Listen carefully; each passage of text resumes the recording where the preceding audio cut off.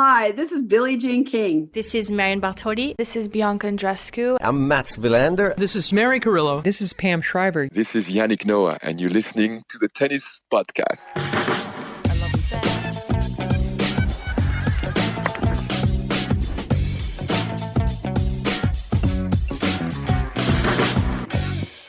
Well, hello and welcome to the Tennis Podcast on day 7 of Roland Garros 2025. You find the three of us not quite in our usual spot. We're actually positioned on a lovely kind of picnic table by the main entrance to the site. We can see fans flooding out from the day session and the fans for the evening session, which gets going in about an hour and a half's time. No, half an hour's time. The clock on my laptop just won't update to French time. How dare it? Really? Oh, yeah. That would be driving me mad. Well, it is. I'm getting the time wrong on a podcast which isn't even going out live, so why am I giving the time anyway? But anyway, here we are. Needless to say, it is busy, it is buzzy, it is hot and sticky at Roland Garros this evening. It's kind of August weather, isn't it? Really, really sticky. It's soporific weather. And it was a soporific kind of a day until Major Keys entered the scene. Matt has hot-footed it to this podcast recording from Court Suzanne Lenglen, where he soaked up pretty much the only vibes that have been available so far today. And they, Matt, were provided by Madison Keys, saving 3 match points to defeat Sofia Kenin 4-6, 6-3, 7-5. Please convey those vibes to us and to the listeners. She's doing it again. She's saving match points in a slam, just as we saw in Australia. I was just thinking, God, I can't watch Keys lose in a slam. She doesn't lose in slams anymore. You know, all the deficits she came back from in Australia, just, you know, they all sort of accumulated, didn't they? And it just felt like there was something special around her in Australia. And here we are a few months later, and look, she's got out of jail in that one, because honestly, I joined this match on Lenglen right at the start of the second set, when she was a set down and break points down to go down a break, and that's why I went over there, because I thought, gosh, Madison Keys is in trouble here against Sofia Kenin. She got out of that game, a really big important hold at the start of the second set, and then honestly Kenin had a couple of dreadful games and that set was kind of over. But Kenin just has a way of coming in and out of matches, in and out of games even. You know, you do not know what is coming off that racket. I don't even know if she knows. I certainly don't think her opponent knows. It's just a very difficult thing to grasp, a Kenin match. You don't really know where it's headed, but she felt dangerous today because she was having enough moments where she was striking the ball well, and it was an interesting clay court match. Both players refused to budge from the baseline, you know, so you get a lot of quick back and forth rallies, not the usual clay court rallies that we become used to. So from that sense, it was kind of intriguing, but a little bit bitty as well. Really good in parts, really not very good in parts. But anyway, we ended up in this third set, Keys serving at 4-5, and it was in that game where she saved all 3 match points. The first one with a kick serve out wide that Kenin couldn't handle. The second one, after a lengthy exchange, Keys pretty much found a line and Kenin made an error off that. And then the third one was the save with a big backhand winner cross court from Keys, and she let out this huge roar. Suddenly there were vibes on Lenglen, because as you said, people sitting in that sticky heat all day, you need the tennis to be giving you something, because otherwise it's a little bit sleepy. But Keys gave them something in that moment. They came with her, and then you just kind of knew that the next service game for Kenin, having not taken the match points, was going to be tough. And that's what happened. Keys latched on to a couple of returns. Kenin was rushing at that point, you know, just wanted the points over. She got broken and Keys served it out, hit a couple of aces in that game. And yeah, I came here and I said, I'm feeling the Madison Keys feels and vibes again. Look, I'm not predicting her to win this tournament, but that was an impressive steal to her today, which I feel like she developed on that Australian Open run, and it's cool that it's translated to this match here. Like, it was awesome. I loved watching it. Okay, so not predicting she'll win the title, but would anybody like to revise their takes on whether she's in the mix? Because I think you both said no pre-tournament. I think I was the biggest on Keys. You were on the fence, maybe? I think I was making the case for... I was on the fence, but I would like to defend my position and say I was the only one really making the case. I think I was a bit on the fence. What we're getting at here is, David, you weren't on the fence. How do you feel now? Similarly to how I did at the outset of the tournament. Not in the mix? No, not in the mix, I don't think. I would be surprised if she won this title. That remains the case. Let's not forget she was 1 point from defeat 3 times. You know, you can look at it two ways. It's a great recovery, but she was almost out of the tournament, and Sofia Kenin played well and may have some regrets there. But still, this is how Keys won the Australian Open, by being almost out of the tournament and then coming out swinging and landing. And let's not forget, she's still on for the calendar slam at the moment. So just worth remembering that. She can, on her day, beat anybody in this draw. That much I do know. But she could also lose to a lot of people if it isn't her day, if they're not going in, if they're not zinging off the strings. Could she lose to Hailey Baptiste in the next round? That's her next opponent. I know you're very, very big on her match. She beat Jessica Buthas Monero today. Does she pose a danger to Keys? Absolutely, yeah. I mean, she has got her thigh heavily strapped. She went off court after that first set today and came back with it heavily strapped, but it actually didn't seem to affect her in that second set. She ran through the second set pretty easily today. But yes, absolutely, she's confident. She's playing the best tennis of her life. Is Baptiste, you know, she's got power to hurt Keys, but she's also got touch and variety to hurt Keys. That could be a problem for Keys. Yeah. I think the way she can probably keep the ball in, well, different heights, angles. Yeah, exactly. So look, I definitely think so, but I kind of think the reason why I'm a bit higher on Keys is because she's in this half of the draw. Like, I know she beat Swiatek and Sabalenka to win the Australian Open, as David said. She's shown that she can beat anyone in a draw, but maybe on this surface, being in this side of the draw feels like a more important thing for Keys, where, you know, Coco Gauff, I know you two watched that match, her form is not at the best, not at its best at the moment. I know she can find it probably, but there's an opportunity there. And Draper is obviously in this side of the draw and is looking really good. I would probably put Draper as a favourite over Keys in this side of the draw, but it's not like she has to go through, she doesn't have to run the gauntlet quite in the same way as she had to in Australia, and that makes me just think that I'm keeping her in my mix. But I do understand the point David makes. Like, she's a point away from losing there. I don't think she's playing as well as she was in Australia. So, look, I don't think I would be surprised because of what we saw her do in Australia, but I'm still not predicting it. Coco Gauff would be a quarter-final opponent for Madison Keys. She beat Marie Buzkova today 6-1, 7-6. I know that sounds, you know, competitive but fairly comfortable. That second set was not comfortable for Coco Gauff. There are concerns there. Yeah, she was behind for most of the set. She was a breakdown 4-2. She was constantly trying to retrieve the position, and she was getting really frustrated because her forehand was netting a lot again. She ended up having to become very conservative on that side as the match wore on.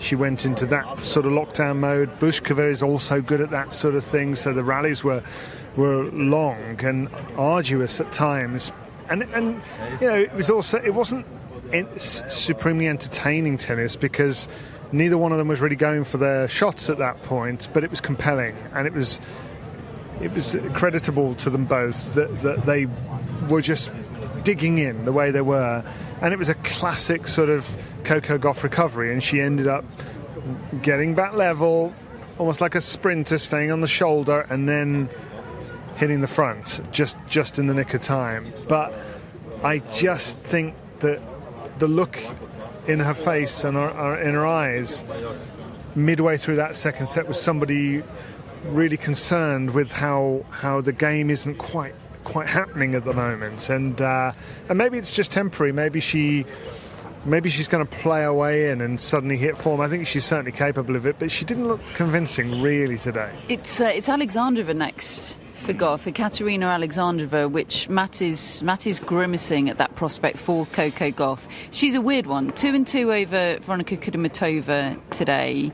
She's 20 in the world at the moment, but she's 11th in the race. She's had a great season. It feels like she's been a very consistent long-term member of the world's top 20. She's 30 years of age now. She played her first Slam main draw at Wimbledon 2016, and this is just her second time in the second week of a Slam. She has not shown up for the majors, potentially until now. Yeah, I think you've hit the nail on the head there. Like, that's normally when I see a top player in Alexandrova's part of a draw on the tour, I pay real notice, because I'm like, Alexandra on the tour is a tricky prospect. When I see it in a Slam, I don't tend to take that much notice, because Alexandra hasn't traditionally shown up at Slams. But I don't know, like, okay, she's not faced anyone in Gauff's class, obviously, but these are impressive scorelines that suggest that she is transferring a bit of that tour form to the Slam. And if she's playing her best tennis, she's a problem, I think, for Gauff, because she just hits such a clean, flat ball, and I don't think Gauff, without her best, will like that. So I wasn't really too concerned about this match for Coco Gauff when we did our draw show a week ago or so, because I didn't really think it would happen. I thought Alexandrova would lose, because, as you've just said there, she normally loses before the fourth round, but now she's made it. I suddenly think that's a bit of a problem for Coco Gauff. Not that Coco Gauff is incapable of winning that and finding better tennis to come through it, but yeah, just circling that one. Look, I've not watched all of her early exits from Slams by any means, but I do wonder with Alexandrova whether it's not a case of her choking or playing worse at Slams. It's just that she plays one level all the time, and most players raise their level at Slams. Yeah, maybe. I think for her to have that record at a Slam, I think she must have been playing worse. It is a weird wrinkle, isn't it? Yeah. That record. There's definitely something that has been going on there. But look, this is already a big deal for her. And she will... The thing with Coco Gauff is that players go into matches feeling like they've got a shot. Yeah. And she will definitely feel that way. In terms of the rest of this half of the draw, the bottom half, of course, Jessica Pegula today winning through to the fourth round. She beat Marketa Vondrousova, former finalist, 3-6, 6-4, 6-2. Now, I arrived in the Chatrier press seats at 3-2 in the deciding set. Love 15. Pegula was serving with the break, but love 15. And I thought, Vondrousova is going to break here, and there's going to be a thrilling crescendo to this match. And actually, I barely saw Vondrousova win a point. What I saw was Pegula just looking awesome and Vondrousova looking completely impotent, quite frankly. But there's obviously a story of this match long before I arrived. But luckily, Matt Roberts was there diligently, like Paola Badosa. Yeah, and really the drama was in the second set, because Vondrousova won the first pretty easily, a couple of breaks. Pegula looking pretty frustrated with herself, like she hadn't really figured out what to do against Vondrousova. She lost her only previous meeting at Wimbledon, and that was why the second set was enthralling to me, because at Wimbledon, when they met, in that third set, Pegula had a lead and lost it. And in the second set today, she had a lead and she started to lose it. It took her 7 set points to get over the line, including, losing one game from triple set point up. So, you just had this narrative going on. Can Pegula get over the line against Vondrousova? And when she closed that second set, I was really impressed. And then, honestly, in the third set, I did feel like Pegula was the better player. Maybe Vondrousova slightly ran out of gas. She just hasn't played that much tennis recently, of course. But Pegula was great. She's so good at the touch game, Pegula. Really, it's so underrated. Her drop shots, her feel. We obviously think of Vondrousova as being great at that, and she is. But actually, Pegula was winning quite a lot of those exchanges too. But she's also able to pin Vondrousova back, like she did right at the end, as in the moments you saw, Catherine, where she can't allow, she doesn't allow Vondrousova to play like that because of her depth and because of her consistency. So I was really impressed with Pegula, the way she kept her head in this one, given what had happened in their previous meetings, and figured it out game style wise. But yeah, there was part of me as Vondrousova was coming back in that second set thinking, of course, we are due a Vondrousova eruption. If you think about it, it's every 2 years. 2019, she reaches the Roland Garros final. 2 years later, 2021, she reaches the Olympics final. 2023, she wins Wimbledon. We are due something from Marketa Vondrousova in 2025. I talk about dormant volcanoes. I know, I was going to say, this is continuing the metaphor. Yeah, she's a volcano with a very regular, predictable eruption pattern. Like Mount Etna. And it's happening in 2025, I'm telling you. So watch out over this summer. This was probably her, I still think clay is a great surface for her. So maybe, I did think maybe it was going to come here, but, who knows? Wimbledon, she's won the thing. She's a funny one, Vondrousova, because everyone talks about her unpredictability and her variety, but she's predictably unpredictable because all of the variety comes off one wing. Yeah. It's only on the backhand side, isn't it? So I do kind of feel like canny players, once they settle in against her and get used to it, there are... Yeah, that's a good there point. are ways of kind of adjusting to her variety. I mean, still, obviously, if she executes a beautiful drop shot that you can't get near, then... it doesn't matter if you saw it coming or suspected it might be coming, but it's a very lopsided game, Vondrousova's. Now, Pegula, in the fourth round, plays Lois Boisson. Let me tell you, folks, Lois Boisson's 7-5 in the third victory over Elsa Jacquemot was the match of the day. I don't care about your Madison Keys match point saves, Matt. Boisson against Jacquemot was absolutely thrilling. I could not take my eyes off it. It looked like it was being played in slow motion. It was hard to tell if it was just extremely heavy topspin forehand technique going on or if they were deliberate moon balls, but almost every shot was a moon ball.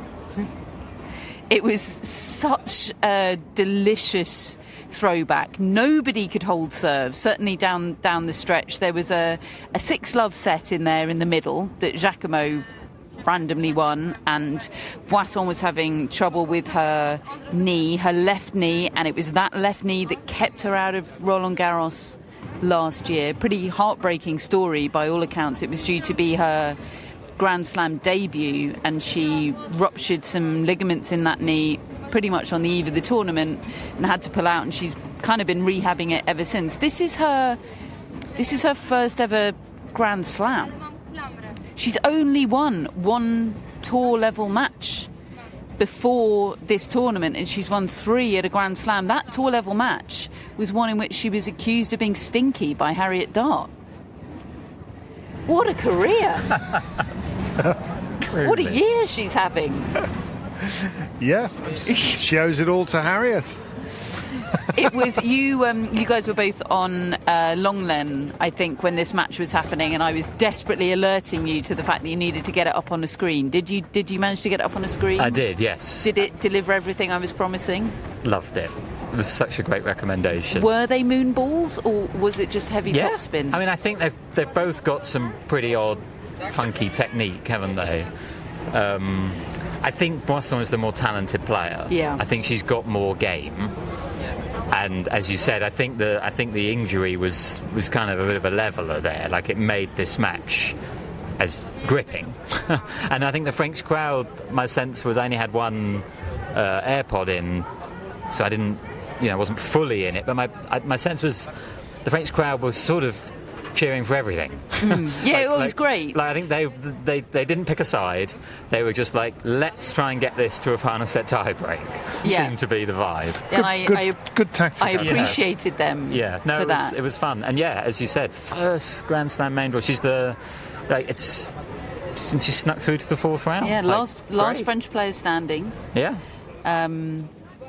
She turned pro in 2019. She's 22 years of age. She's been slogging away on the ITF circuit for a long time. Winning a lot of matches in the last year. A lot of matches, but just couldn't break through to the next level. And this is, look, she came into this tournament ranked 361 in the world. I'm not sure she's suddenly, well, unless she goes all the way, she's not going to be suddenly getting direct entry into 1000s or whatever. But, this is totally life-changing and career-changing for Lois Boisson, and I will be seeking out her matches. I'm not sure how she'll go against a player significantly better than Elsa Jacquemot.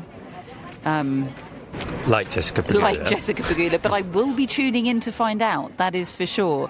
The other fourth round that's been set up today on the women's side, Mira Andreeva taking on Daria Kasatkina. Andreeva beat Yulia Putintseva 6-3, 6-1 in the first match of the day on Simone Mathieu today. Won 9 of the last 10 games of this. And that is the theme of her tournament so far. All of the matches she's had, she seems to have gone a breakdown early on. And a lot of them, inevitably, because she's a woman, are played in the Vibalist death slots at 11 or 12 o'clock. And it is as though she has got out of bed, had breakfast, maybe left it a bit late and isn't quite... And I'm sure this isn't the case, right? But it's as though she's not a morning person. And the fact is, she gets off to slow starts, no matter when it's played. And then she turns it around. I mean, the fear that I always have for players in best-of-3 formats is that they might not just have the time to turn it around. Well, she makes a mockery of that every time, it seems. And she never seems in a rush. She never seems as though she's stressed in those situations. She just absorbs it and turns it on. Gets it back to level, and then really there's no catching her. And I think it's a testament to her increasing comfort at this level. She does believe she's a contender for this title, and contenders for the title usually make pretty short work of these rounds, and that's what she's doing. Fourth round or better in 5 of the 9 Grand Slam events that she's played in her short career. This is her 10th Roland Garros main draw victory, which makes her the youngest player to reach that mark since 16-year-old Martina Hingis in 1997. Wow. Yeah. And, I mean, look, there are a lot of similarities in terms of the way those two play and the composure and poise they have. I just love the way Mira Andreeva is kind of growing up as a young tennis player with a female coach. Having spoken to her for Tennis Podcast Meets and heard the way she talks about Conchita Martinez and how she talks about the way she's sort of packaging her career. And, it's not like every single waking hour is thinking about the sport in a way that is all-consuming. But clearly she's absolutely dedicated at the same time. I feel like the balance is just right. That's how it comes across anyway. Daria Kasatkina next. That is a connoisseur's matchup. Oh. I think Andreeva Kasatkina in the fourth round. Kasatkina beat Badosa today 6-1, 7-5. Look, incredible fight from Badosa in that second set, because I was willing her to retire in the first set. I found it a desperately difficult sight, actually. Badosa being so stiff and physically hampered and not running for balls. It was desperate, really. And I maybe she warmed up or loosened up or some painkillers kicked in. I don't know, but it was really impressive that she managed to make any kind of contest of that match in the second set. But Kasatkina through, and they've only met once before, Andreeva and Kasatkina. Ningbo, October 2024. That match was crazy. That was the final in Ningbo, and Kasatkina was up 6-1, and then she was down 3-0 in the third. It was one of those matches which I think at the time I said we should never speak of again, but here I am speaking of it again. But it was compelling, and yeah, Kasatkina won it. The victory speech was amazing. Kasatkina consoled a desperately sad Andreeva. Gosh, yeah. Ran on to the trophy ceremony, and then in her speech she said, "You're 17, but you're already a pain in the arse." Like, there's a lovely relationship between Andreeva and Kasatkina. Andreeva is a frequent participant in Kasatkina's vlogs. Like, there's a really nice relationship there. Look, it was a low quality match when they played in Ningbo. Compelling, completely enthralling. But I remember at the time thinking it's a bit of a demonstration of why Andreeva isn't quite mixing it with the best players in the world. Well, she has come on so much in the 9 months or so since then, and I potentially didn't see that rise coming quite so quickly, because I just don't think we'll see a performance like that from Andreeva again. I know this won't be a final, but it's still a big match. 4th round of a slam. It's going to be a big match, but I'm just so much more confident that Andreeva's going to show up and not let the occasion get to her, and to have made that much progress in the last few months says everything about how mature she is and great she is, and how well that relationship, I think, with Conchita Martinez is working. So yeah, eyes on that one because of their little history against each other. Matt, low quality but compelling tennis matches are apparently my jam. So sign me up. Folks, that is it for part 1. We'll be back in part 2 to talk about the men. But friends, just before we get into part 2, I want to give you a heads up that tickets for the 2025 US Open are now on sale, and they do sell quickly. So if you want to go, I would recommend that you head to usopen.org to lock in your seats. August 18th through to September 7th. And of course, that includes the new revamped Mixed Doubles Championship. That takes place on August 19th and 20th. And there are reports circulating that most of the men's and women's top 10 intend to play that mixed doubles tournament. Look, we're going to be out there. We don't know what to make of it, but we are intrigued about this, aren't we? We're going to make sure we're watching and reporting on it. Yeah, it's intoxicating, the thought of it, really. If they do have a lot of top players playing in it, it's going to be interesting to see how it works in practice. But yeah, we'll be there for sure. And of course, they're adding a Sunday start to the US Open. So it'll be a 15-day singles tournament for the first time this year. So the singles kicking off on Sunday, August the 24th. We'll be there. So if you do get tickets, you might even get to have your picture taken with Matt Roberts, which Pam Shriver did multiple times last night. What a treat. Welcome back to part 2 of the tennis podcast, where, of course, Novak Djokovic is yet to take to the court for the night session match against Filip Misalic.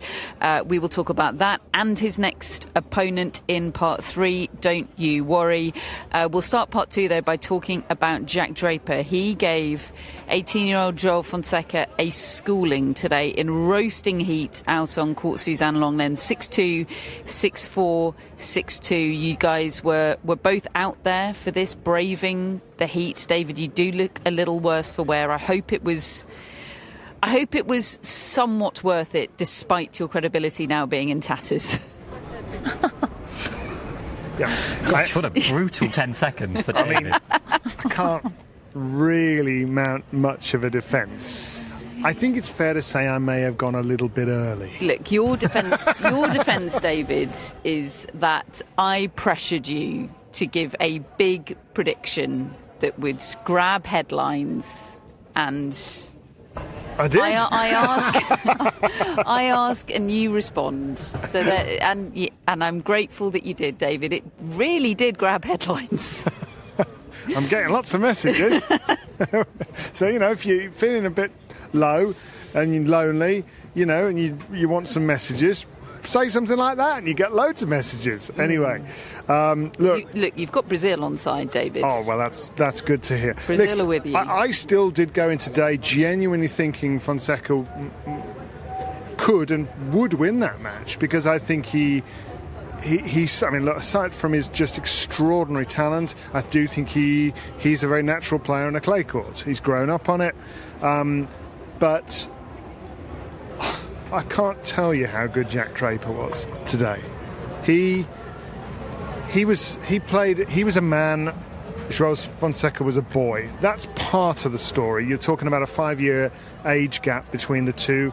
Jack Draper went through all of what Fonseca is going through himself, and frankly he went through it for a long time. It took years for Draper to go from kind of really talented junior who's having promising performances on the main tour to looking like kind of the finished article. And I realise there's still some proving to go. He's only reached the One Grand Slam semi-final, but he looks like another one right now. He looks like a contender for Grand Slam titles. He looks like a contender for this title. To me, you talk about players being in the mix. I think he's in the mix.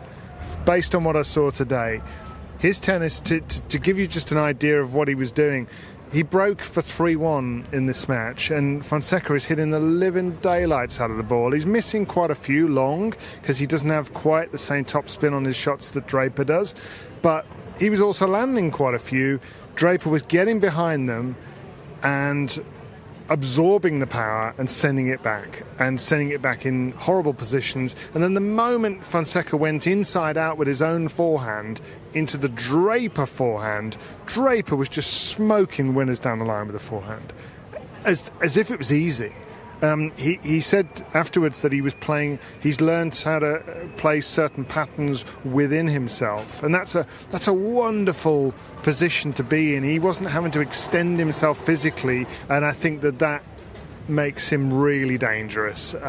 He's got a great sense of courtcraft and where he needs to be and what's going to happen. Physically, he looks so solid out there right now, and just to watch it from the Longland press seats, which we love so much because we're sort of lower down behind the players, there were a couple of times where on the return Draper would absolutely rip a forehand as hard as he could, but the ball would take off into the air like a lob. It would look like a lob that is going to go way long, and then it would just drop viciously just inside the baseline. Fonseca looked as though he didn't quite know what the ball was going to do, when it was going to land and how it was going to land, and he would try to sort of half volley it with a full swing back. Sometimes he would time it well enough, sometimes he wouldn't, but trying to cope with that, it's like looking at a Nadal trajectory of shot. That's the most the closest comparison I can make, really, because it's left-handed. I think the patterns of shot direction are different for Draper and Nadal, but in terms of what you're looking at in terms of net clearance and then sudden vicious drop with the topspin, it's a nightmare. And then he's sort of doing the bunted backhand more flat, and actually there was only one moment of peril and tension for Draper in the entire match. He's a set and a break up. He's serving for the second set. I've got Tim Henman sitting in the row behind me. He did ask me, am I allowed to shout out in support of Jack Draper in these seats? I said, not really. And he said, go on, Jack, straight away. And then in the next point, when he's trying to fend off a break point, when things are getting a little bit tense, he runs around his backhand, and I hear Henman under his breath saying, hit it, because you could tell he was tense and Fonseca's coming on strong. But no, Draper went for a drop shot and missed it, and that was the only moment of tension in the match. 2 points later, same pattern, I hear Henman go, hit it, and sure enough, Draper hits the living daylights out of it, and he learnt his lesson, and from there on he was completely in control.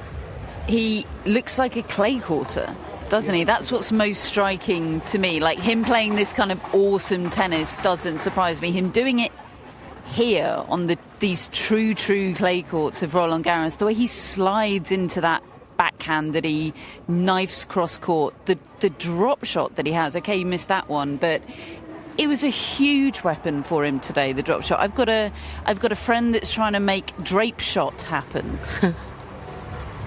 I think that the thing is, he does hit a lot of them. Matt might be into that.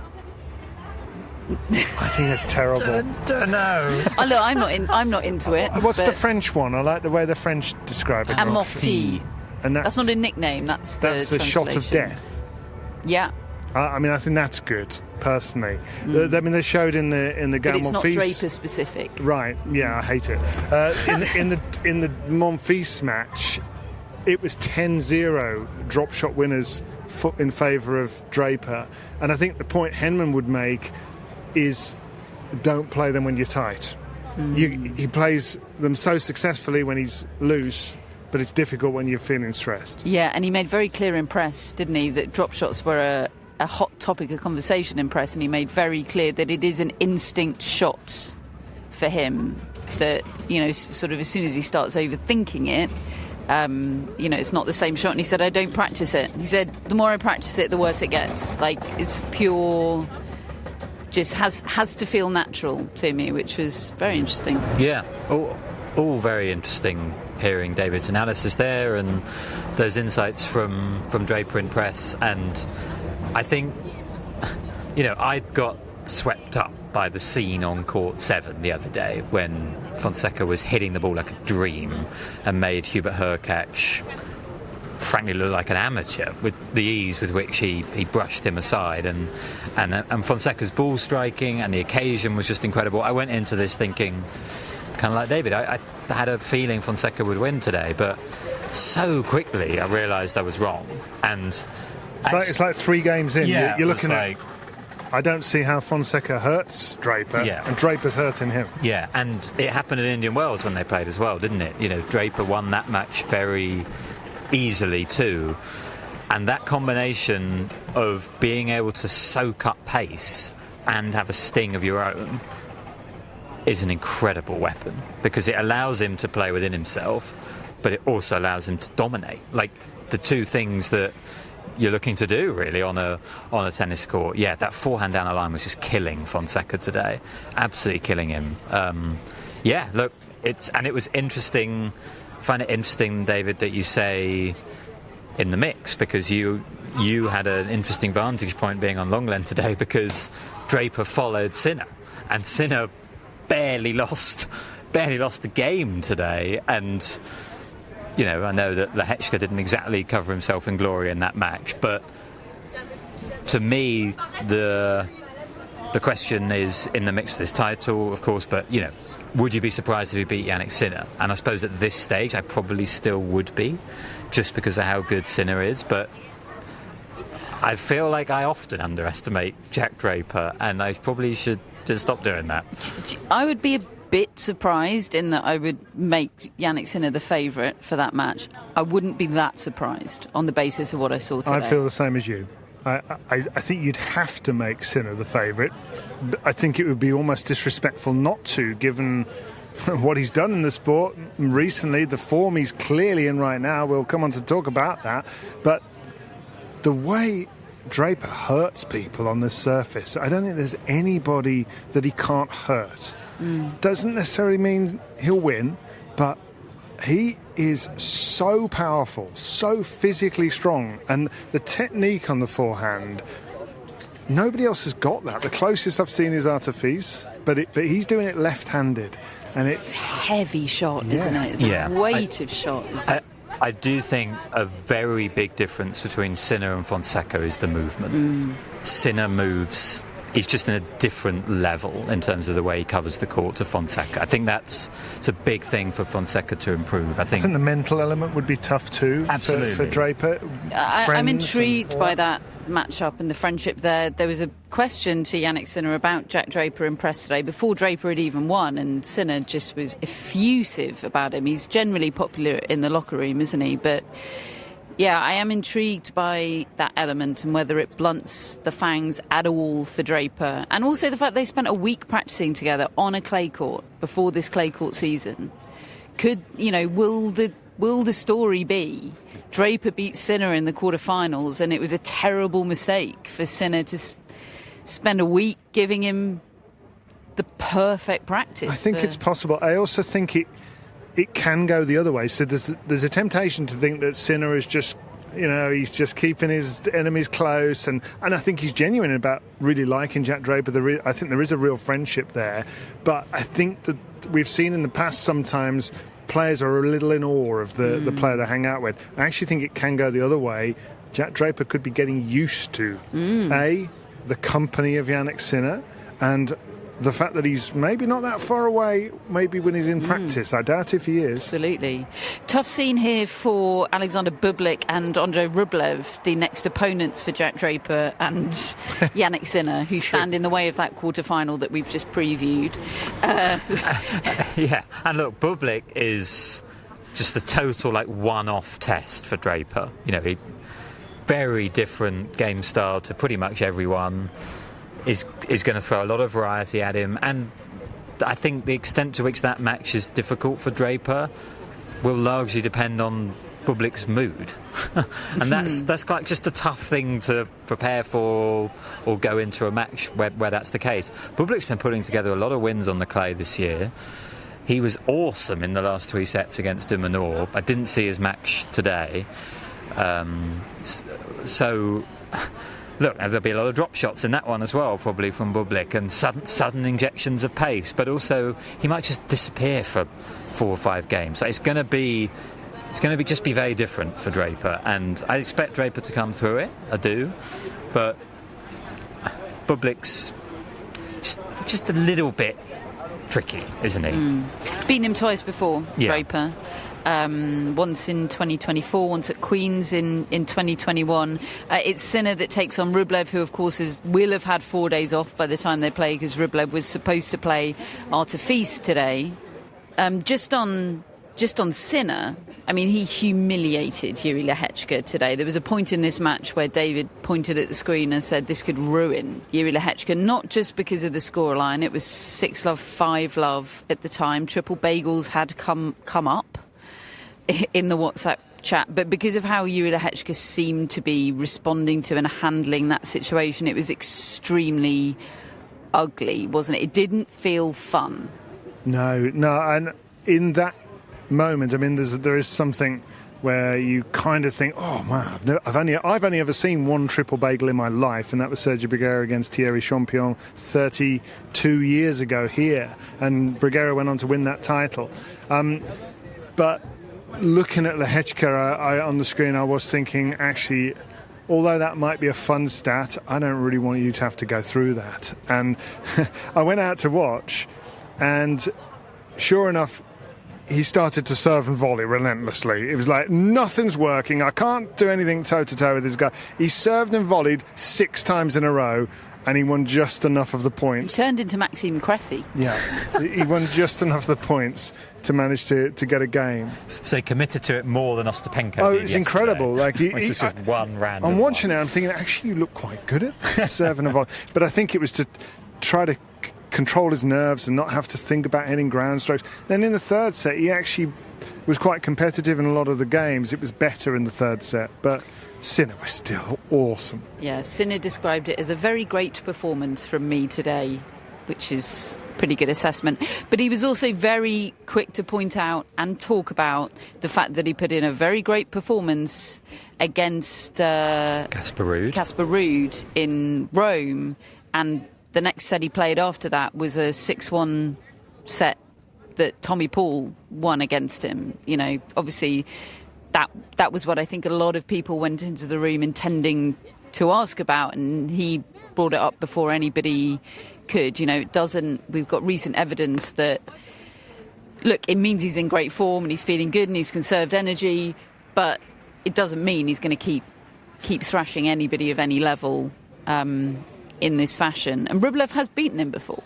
Yeah, they played 2 very close, tight matches on hard courts last year, back-to-back tournaments, Cincinnati and Canada. Sorry, the other way round, Canada and then Cincinnati. And Rublev won the first one, and Sinner got revenge in Cincinnati. But, you know, Rublev pushed Sinner on a hard court last year as much as anyone. And look, they were slightly odd tournaments, those, weren't they? Because they were sandwiched in that incredibly full calendar, and Sinner had missed the Olympics and maybe wasn't quite at his best in Canada. But yeah, like he's shown there that he can sort of live with Sinner in that respect in those matches on hard courts. But I am pretty pretty sure that Sinner's going to come through that one. Rublev's not in particularly great form at the moment, and I know he had the walkover today, and that can go two ways as well. It didn't seem to do any harm to Ben Shelton yesterday, who'd gone about a week without playing and just picked up where he left off. But sometimes it can disrupt your rhythm as well, as Sinner just looks in the groove. So, yeah, I'm pretty confident we're going to get Draper Sinner here. Whenever we talk about Jannik Sinner now, I just have carrots running in my head, and just the image of David saying, "You right with carrots?" It is my favourite ever press conference I went question. in there and did that because you provoked me. You brought it up. You said, "I want to ask him about this." And then when the time came, I said, "Sinner's impressed, David. Shit will get off the pot." We were in a meeting at the time. Yeah. And I was off. And I just wanted to say, you've got this logo as a fox. Would you rather people turned up as a fox or a carrot? Because at the moment they're all coming as carrots. Are you okay with carrots? Subtext: stop trying to make Fox happen. Alexander Zverev won very comfortably against Flavio Cobolli today, 6-2, 7-6, 6-1.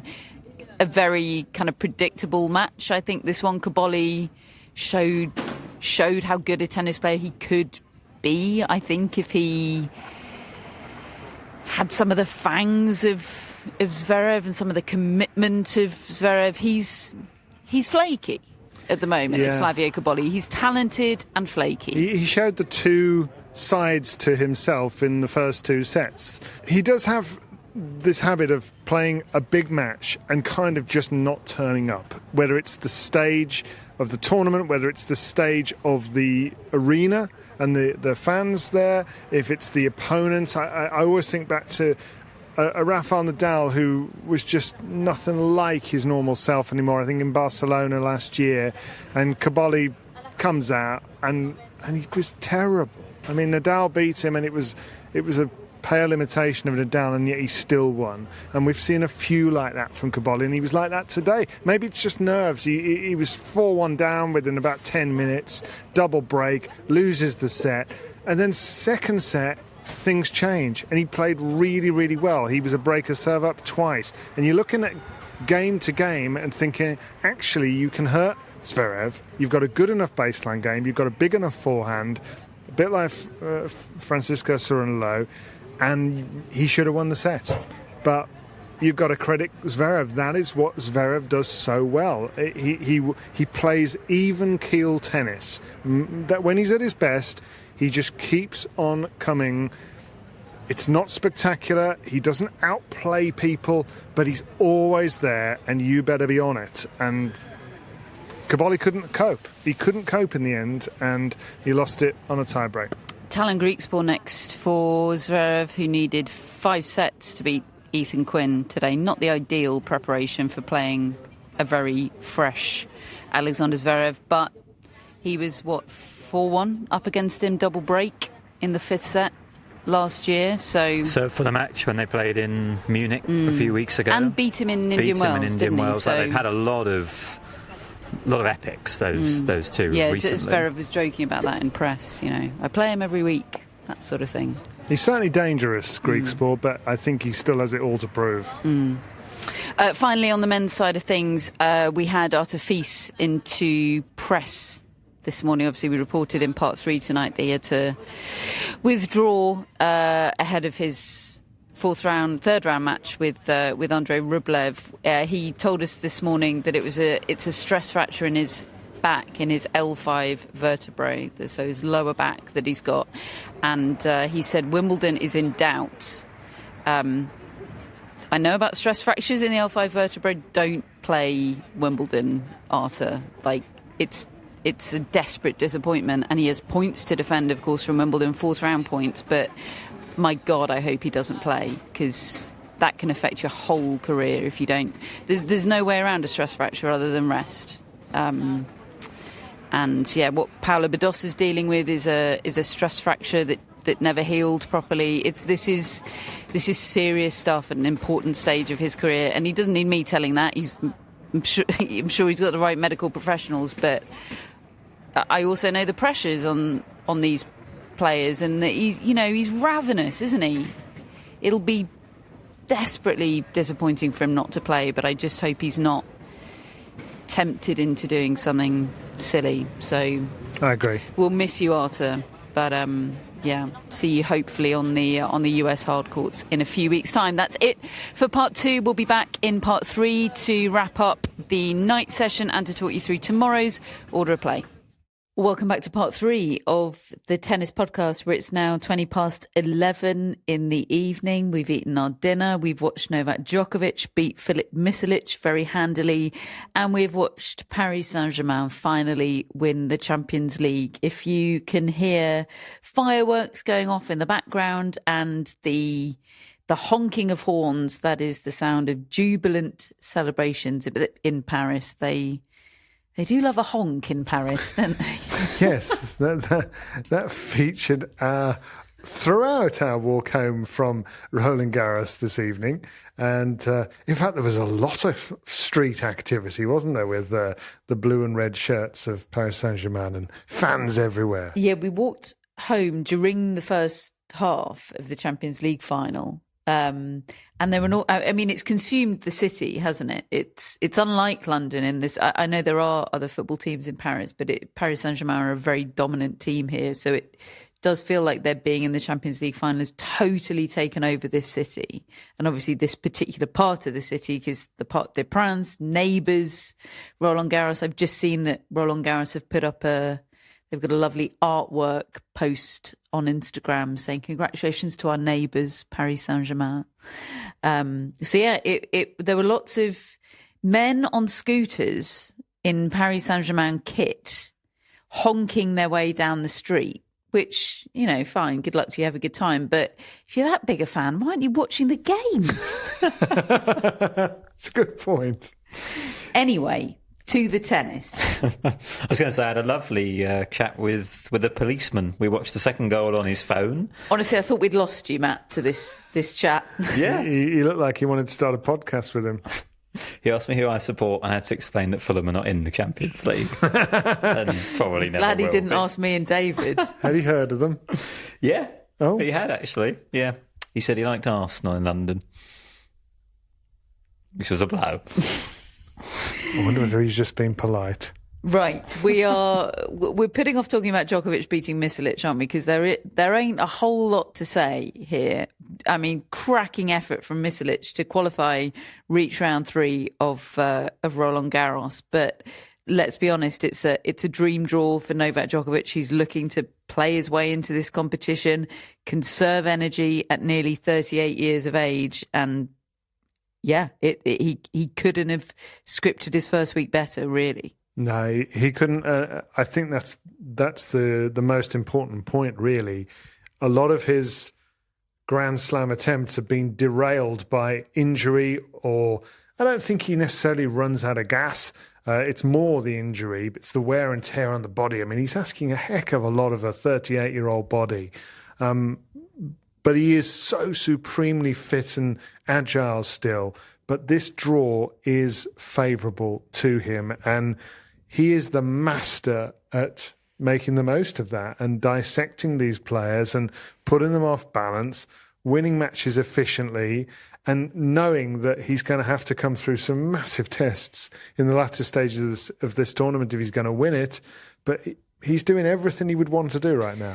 And Cam Norrie in the 4th round, cracking effort from Cam Norrie, who's had a really tough couple of years, real kind of fall from grace in terms of results after breaking into the world's top 10. I think he just hit the world's top 10, didn't he? Was an alternate at the ATP finals one year and had a torrid old time there for a while. This is a big result for him getting to the second week here, but he's 0-5 against Djokovic, and yeah, he's got his work cut out, hasn't he? This is another kind draw, frankly.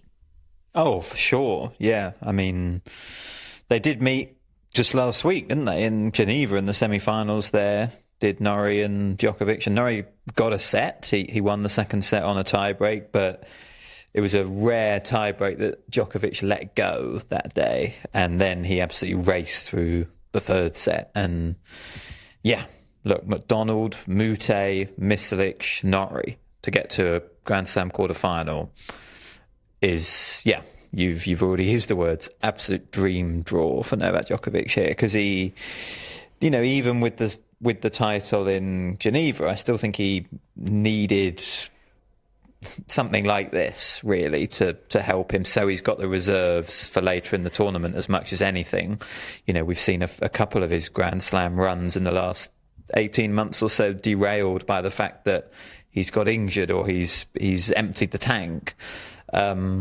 So at the moment he hasn't dropped a set. He's looked good. He's finding his form, and yeah, if he couldn't have scripted this slam any better, and so far, and yeah, I suspect he'll be supremely confident against Norrie in a couple of days' time. What have we got for you tomorrow then? Day 8 of the French Open 2025. It's women first, folks. Look, I don't know why we still get surprised, but yeah, the women's matches tomorrow are so good. Yeah, we thought it would be hard for them to shunt them, but not only are they shunted to the start of the schedule, but the schedule starts on Chatrier an hour earlier tomorrow. We're not quite sure why, but Chatrier starts at 11 a.m. with Jasmine Paolini against Elina Svitolina. Then it's Elena Rybakina taking on Iga Swiatek. Yes, please. Then Ben Shelton against Carlos Alcaraz. And finally, Holger Rune he's their night session guy this year, isn't he? The FFT love him. It is a good matchup, though. I am pumped for Rune against Musetti. Longlen starts with Popperin against Paul. Then Samsonova against Zheng Qinwen. Third on Longlen is where you'll find Matt for Arina Sabalenka against Amanda Anisimova. Clashes with Alcaraz Shelton. Matt, how do you feel about that? I feel fine about that. Okay. Yeah, my plan tomorrow is Paolini against Svitolina, Rybakina against Swiatek, Anisimova against Sabalenka, and then Musetti against Rune. It's a good day. It's a very good day. It's a good Roberts day. I'm excited about all of that. And obviously I'll keep an eye on Alcaraz. And finally on Longland tomorrow, Francis Tiafoe against Daniel Altmaier. And folks, that's it for singles action. It happens so quickly. Is Simone Mathieu now redundant as a singles court? No, there's doubles. As a singles court? As a singles court, yeah. Right. I mean, there's fun stuff happening in doubles tomorrow. Miran Draven, Dana Schneider, the fourth seeds, they're taking on Caroline Garcia and Diane Parry. Well, that is good. That's fun. I think there'll be a cracking atmosphere for that. Laura Siegmund is out there playing mixed doubles on Mathieu. If that floats your boat. I've had my fill of Laura Siegmund for 2025. That was the case. That by the 1st of January. I was going to say by the end of 2024. Yeah. But not everyone's reached their quota yet. There's juniors starting tomorrow, first round juniors. God, it happens in the blink of an eye, doesn't it? Anyway, that's for tomorrow. Anyone want to make some outlandish day 8 predictions? I think I've had my fill of outlandish predictions. David's gun shy. Matt? See the newsletter for my outlandish prediction. Great tease. The newsletter is free and it's excellent. And the link to subscribe is in our show notes. Folks, we have a mascot for this episode. This is a mascot that we know and love, I think. We know Cooper, right? Absolutely. Yeah. This is a dog that I know. Cooper is a 16-year-old beagle, probably, says Robert, Cooper's owner. He looks like a beagle to me, Robert. He was adopted when he was about 2, so they're not exactly sure how old he is. Probably 16, not probably a beagle. Right. He has travelled and lived internationally, starting life as a New York City street dog, being adopted, moving to Milan and Geneva, and then Durham, North Carolina, and then back to New York again. I am remembering Cooper's journey now. Robert says, Cooper is back again. He's old, lumpy, deaf, almost blind, and has only 3 teeth left. but still soldiers on. He either loves tennis because it means I'm home watching on the couch with him, or hates it because he gets left alone for many days when I'm at the US Open. Oh, I do love an elderly dog. It tugs at my heartstrings. Look at his lovely face. Robert Cooper, thank you. What a life Cooper has lived. Who needs teeth and sight and vision? Dogs live on love. Thank you, Robert, and thank you, Cooper. Hello to Maisie, Phoebe, and Roger. Hello to our top folks and executive producers, Greg, Chris, and Jeff. And Matt, let's have some shout-outs. We have Fiona Hanstock from Gloucestershire. Hi, Fiona. Hello, Fiona. Like Fiona Ferro. Fiona says, well, the tennis reference you always make is Fiona Ferro. Yeah! And I've made it again. And Fiona says, inspired by the Pod's Fantasy League, my son and I selected our teams just before the Australian Open started. I chose Madison Keys, so you can imagine the smug grin on my face 2 weeks later. Whereas no one in our Fantasy League chose Madison Keys. She was on the shelf. She still is. Because when we did the trade and transfer window, no one had enough points to be able to afford her. And nobody thought she was going to do anything else, probably. Now she's going to do the calendar slam. We had a little check on our fantasy teams earlier, didn't we? And it was a... You might have done. Well, we had a check on yours, David. Let's leave it there. We couldn't remember who David's final men's player was. We think it must be someone good. Because the others haven't been giving him that many points. It must be someone good. It was Kokkinakis. Poor bloke's been injured for months. David made a Australia season pick with Kokkinakis. Yeah. Expecting big things. Didn't quite materialise. You need some tips from Fiona. Thank you, Fiona. We've also got Diane Martin, who is originally from Adelaide, grew up in Melbourne, and has been living in Thailand for the past 4 years. Well, they know about humidity in Thailand, don't they? I'm not sure I would cope. Diane Deanne Parry. Yeah. Hey, Diane. Who's playing doubles on Mathieu tomorrow. Hey. Very good. And Diane is moving home to Melbourne later this year, so he's very much looking forward to the Australian Open next year. Hope to see you at our Melbourne live show, Diane. That'd be lovely. And finally, we have Sigal Shahara Bani. Hello, I think we know Sigal. We do. Sigal And I've got to not mention Steven Sigal. It's going to be hard, because I already have. Sigal is from Israel. Hello, Sigal. Like Itamar. Who we've spent a lot of time with this week, which has been lovely. How's the gal? What else do we know about Sigal? Sigal has done 50% of the Fan Grand Slam. 2 down, 2 to go.